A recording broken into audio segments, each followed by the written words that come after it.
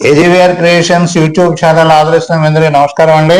ఈరోజు మన హైదరాబాద్ స్టూడియోకి బ్యాంకులో పనిచేసి విశ్రాంతి ఉద్యోగం ఉన్న శ్రీ కేఆర్కే ప్రసాద్ గారు వచ్చారు. వారు రిటైర్ అయిన తర్వాత యూట్యూబ్ ఛానల్ పెట్టడం కాకుండా రచయితగా కూడా అనేక ఈ కళారంగంలో తనకంటూ ఒక ప్రత్యేకతను, తనకంటూ ఒక స్థానాన్ని నిలుపుకోవడానికి ప్రయత్నిస్తున్నారు. ఆయన అడిగి తెలుసుకుందాము. వారు ఈ ఉద్యోగం తర్వాత, అంటే బ్యాంకులో ఉద్యోగం చేసిన తర్వాత ఈ కళారంగానికి ఎలా రాగలిగారు, యూట్యూబ్ మెయింటైన్ చేయడంలో ఆయనకున్న సాధక బాధకాలు, నాలాంటి యూట్యూబర్స్కి ఆయన ఇచ్చే సలహాలు, అంటే నాకంటే వయసులో పెద్దవారు, అనుభవజ్ఞులు, అడిగి తెలుసుకుందాం. నమస్కారం ప్రసాద్ గారు. నమస్కారం సార్, రావు గారు. చెప్పండి సార్, ఇప్పుడు మీరు ఈ యూట్యూబ్ అన్నది బ్యాంక్ నుంచి రిటైర్ అయిన తర్వాత చేశారా, లేకపోతే ముందే చేశారా? యూట్యూబ్ అనేది నేను బ్యాంక్ నుంచి రిటైర్ అయ్యాకే చేశారా? నేను 2011లో విఆర్ఎస్ తీసుకుని వేరే బ్యాంకులో జాయిన్ అయ్యాను. నేను బ్యాంక్ ఆఫ్ మహారాష్ట్రలో పనిచేసాను. బ్యాంక్ ఆఫ్ మహారాష్ట్ర అంటే ఫస్ట్ రిటైర్ ఏ ప్లేస్ నుంచి అండి? ఎన్ఎస్ రోడ్, కలకట్టా నుంచి రిటైర్. కలకట్టా నుంచి రిటైర్ అంటే రిటైర్ లేకపోతే విఆర్ఎస్ అండి, విఆర్ఎస్ వాలంటీర్ రిటైర్. అప్పుడు ఏదో ఫ్యామిలీ కారణాలు తీసుకున్నాను. తర్వాత 2-3 బ్యాంకుల్లో పనిచేశాను. 2016-17లో ఈ యూట్యూబ్ ఛానల్ గురించి కొంచెం ఆలోచన చేయడం జరిగింది. అప్పుడు ఏంటంటే మా ఇంట్లో వాళ్ళందరూ పాటలు పాడుకుంటుండ్రు. ఇంట్లో అందరూ గాయకులు, వాళ్ళందరూ మా పాటలకంటే మేమేం చేసేవాళ్ళం అంటే జూమ్ మీటింగ్లు పెట్టి వాళ్ళ చేత పాడించడం, క్విజ్లు చేయడం, గ్రూప్ మెయింటైన్ మా చుట్టాలే కొంచెం 15-20 మంది.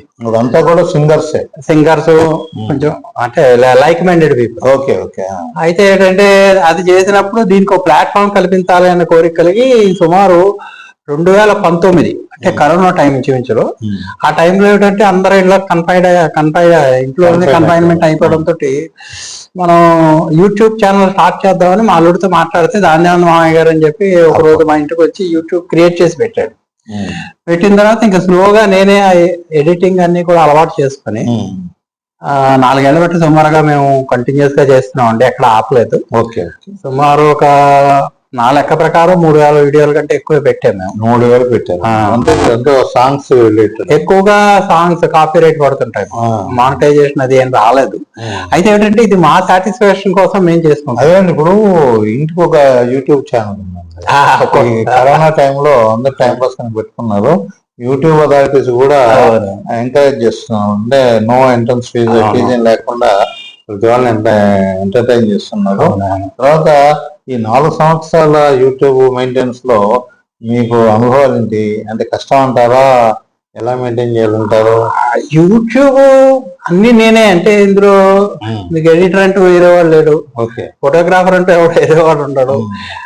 అయితే ఏంటంటే మా మాక్సిమం ప్రోగ్రాంలు ఆడియో ప్రోగ్రామ్స్. ఓకే.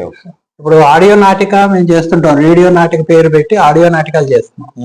ఆడియో నాటిక ప్రత్యేకత ఏమిటంటే దీన్ని డైలాగ్ చెప్పే వాళ్ళు డిఫరెంట్ ప్లేసెస్ లో ఉంటారు. ఢిల్లీలోను, రాజమండ్రిలో క్యాప్చర్ చేసి వాళ్ళు వాట్సాప్ లో ఆడియోలు పంపిస్తే వాటిని అన్నింటినీ కూడా కూర్చి ఒక నాటకం కింద చేస్తాం. అది మాకు చాలా ఫేమస్ అయింది. తర్వాత అర్చన అనే కార్యక్రమం చేసాం. రోజు ఉదయం 5:30 కల్లా భక్తి పాటలు, అది సుమారు 1000 ఎపిసోడ్లు కంటిన్యూస్ గా చేసాం ప్రతిరోజు. అలాగే తర్వాత సినీ గీతాలు అని చెప్పి ఈ స్మ్యూల్ సింగర్స్ అందరి పాటలు కూడా పెట్టాను. అంటే ఇప్పుడు మీరు అంటున్నారు బట్టి నాకు అర్థమైంది ఏంటంటే మీ ఛానల్ కి మానిటైజేషన్ వచ్చి రాలేదు, భవిష్యత్తులో వస్తుందని ఆశ కూడా లేదు మాకైతే లేదు. మరి ఎలా మీరు, అంటే ఏ విధంగా మీరు అంటే ఇందులో రూపాయి అయితే ఖర్చు కూడా ఉండదు, ఎందుకంటే పాటలు పాడే వాళ్ళు ఎవరికి డబ్బులు ఇవ్వట్లేదు. అంతా కూడా రిలేషన్స్, ఒక విధంగా ఎంటర్టైన్మెంట్. అంటే మేము స్టార్ట్ చేసింది కూడా ఒక కాన్సెప్ట్ పెట్టుకున్నామండి. ఎవరైతే ఇంట్లో ఉండి వాళ్ళకి అభిలాష ఉండి అవకాశం లేరు వాళ్ళందరినీ కూడా ప్లాట్ఫామ్ కల్పించాలని మేము పెట్టాం. అలా మా దగ్గరికి వచ్చిన తర్వాత పాటలు పాడడం మొదలెట్టి 60 ఏళ్లలో పాటలు పాడడం మొదలెట్టి 65 ఏళ్లకి ఆవిడ స్మ్యూల్ సింగర్ అయ్యి విపరీతంగా ఫేమస్ అయిన వాళ్ళు 5-6 ఉన్నారు. అంటే వాళ్ళు ఏమిటంటే వాళ్ళు అప్పుడప్పుడు ఫోన్ చేస్తే వాళ్ళు ఇంతవరకు మీకు విచిత్రమైన విషయం చెప్తా, మా యొక్క గాయకుల్ని కానీ నటుల్ని కానీ అందులో 95% అందరూ ఎవరిని నేను కలవలేదండి. అందరూ ఫోన్ ద్వారా ఫోన్ ద్వారా వచ్చిన అంతా వాళ్ళే. కానీ పలకరించినప్పుడు మాత్రం ఒక ఫ్యామిలీ అట్మాస్ఫియర్ లో వాళ్ళు మాట్లాడుతూ చూస్తుంటే అబ్బో మనకి ఇంత అభిమానానికి మనం అరువులమా. అంటే ఇప్పుడు మీరు ఫ్యూచర్ లో కూడా ఇవే ఫీచర్స్ కంటిన్యూ చేస్తారా లేదా న్యూ ఫీచర్స్ అంటే షార్ట్ ఫిల్మ్స్ కానీ ఇంకేదన్నా అడ్వాన్స్ అవుతారా? అంటే నేను ఒక 2 షార్ట్ ఫిల్మ్స్ నేనే తీసాను. అయితే ఏంటంటే అవి షార్ట్ ఫిల్మ్స్ అనే కంటే కూడా వాటిని వీడియో నాటకాలు అంటే బాగుంటుంది, ఎందుకంటే మా పొరపాటులో. కానీ ఎప్పటికైనా సరదాగా ఈ సినిమా షూటింగ్ అనేది చేయాలని కోరిక. అవకాశం కోసం మీరు ఒకవేళ యాక్టర్ గా రాదలుచుకుంటే మా ఛానల్ మిమ్మల్ని ఇన్వైట్ చేస్తుంది. మా ఛానల్ అన్ని రకాల వీడియోస్ తీస్తుంది, అంటే సింగర్స్ ని, డాన్సర్స్ ని, అట్లాగే ఆర్టిస్టులు కూడా షార్ట్ ఫిల్మ్ తీస్తుంటాము. మా యాక్చువల్గా ఏంటంటే పెద్ద సినిమా తీయాలనే ఉద్దేశంతో ఛానల్లో ప్రాక్టీస్ గురించి స్టార్ట్ చేశాను అనమాట. అదండి ప్రసాద్ గారు చెప్పేది ఏంటంటే వారు ఛానల్లో ఒక ఎంటర్టైన్మెంట్ గా కళారంగానికి సేవ చేయాలని చేస్తున్నారు, కానీ డబ్బు సంపాదించాలనే ఆశ కాదుట. వాళ్ళు బ్యాంక్ నుంచి రిటైర్ అయిన తర్వాత కూడా చాలా ఉత్సాహంగా ఉల్లాసంగా ఉండి ఈ యూట్యూబ్ ఛానల్ పెట్టి ఎవరైతే సింగర్స్ పాడాలన్న అభిలాష ఉన్నవాళ్ళు వాళ్ళకి వాళ్ళ ఛానల్ ద్వారా వాళ్ళ ప్లాట్ఫామ్ ద్వారా అవకాశాలు కల్పించి వాళ్ళని ఒక విధమైన సింగర్స్ గా, అంటే ఫేమస్ సింగర్స్ గా తయారు చేశాక ఇంకోటి వారు చెప్పిన దాంట్లో నాకు బాగా నచ్చింది ఏంటంటే వాళ్ళని ఏ సింగర్స్ అనేది ప్రమోట్ చేశారో వాళ్ళల్లో 95% మనుషులను చూడలేదు, ఓన్లీ ఆడియో వింటుంది తప్పితే. అదండి ఇప్పుడు మన యూట్యూబ్ ని చాలా మంది చాలా రకాలుగా ఉపయోగించుకున్నారు.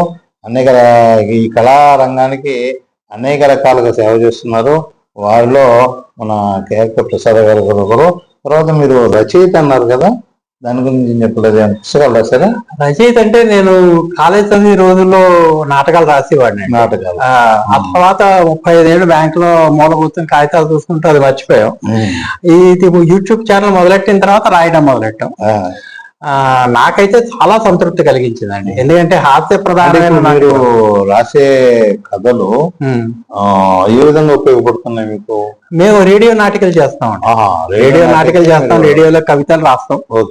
అదే కాకుండా నాకు సినిమాల్లో పనిచేసే ఫ్రెండ్స్ ఉన్నారు, వాళ్ళు అప్పుడప్పుడు ఫోన్ చేసి నాకు ఫలానా సీన్కి డైలాగులు రాసి పెట్టు, లేదా ఒక కథ తయారు చేసి పెట్టు, ఇలా అడుగుతుంటారు.